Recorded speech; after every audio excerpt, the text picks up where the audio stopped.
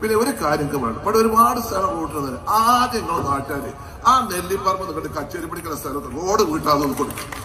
നിങ്ങൾ അങ്ങനെ കൊടുക്കും. നിങ്ങൾക്ക് എല്ലാ നാടും മാറി. ഇവിടെ ഒന്ന് മാറണ്ടേ? ഇവിടെ നിന്ന് മാറണ്ടേ? പാപ്പ കുരുക്കള്, അതുള്ള കുട്ടി കുരുക്കള്, അതുപോലെ തന്നെ ഇവിടെ ഉമ്മർ സാഹിബ്, ലത്തീഫാക്ക, കുഞ്ഞിപ്പാക്ക ഒക്കെ എല്ലാവരും ഉണ്ട്. എല്ലാവർക്കും ഉണ്ടാവും. എല്ലാവരുടെ കുടുംബത്തിന്റെ ഭൂമിക്ക് തൊടാൻ പേടി. അങ്ങനെ ആലോചിച്ച ഒന്നും നടക്കൂല. ഞാൻ ഇടപെട വീട്ടിട്ട് ഇപ്പൊ എന്റെ വെങ്കളം പോറ്റത് ഞാൻ തന്നെ JCB ആദ്യമാണ് പൊളിച്ചത്. മറ്റുള്ളവർക്ക് മാതൃക ആയിക്കോട്ടെ.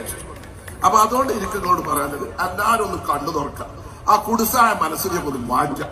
എന്നിട്ട് മഞ്ചേരിക്കാർക്ക് വിശാല ഹൃദയത്തിൽ ജനങ്ങളൊന്ന് ബോധ്യപ്പെടുത്തുക. അങ്ങനെ വരുമ്പോ അവിടെ നന്നായി നടക്കും.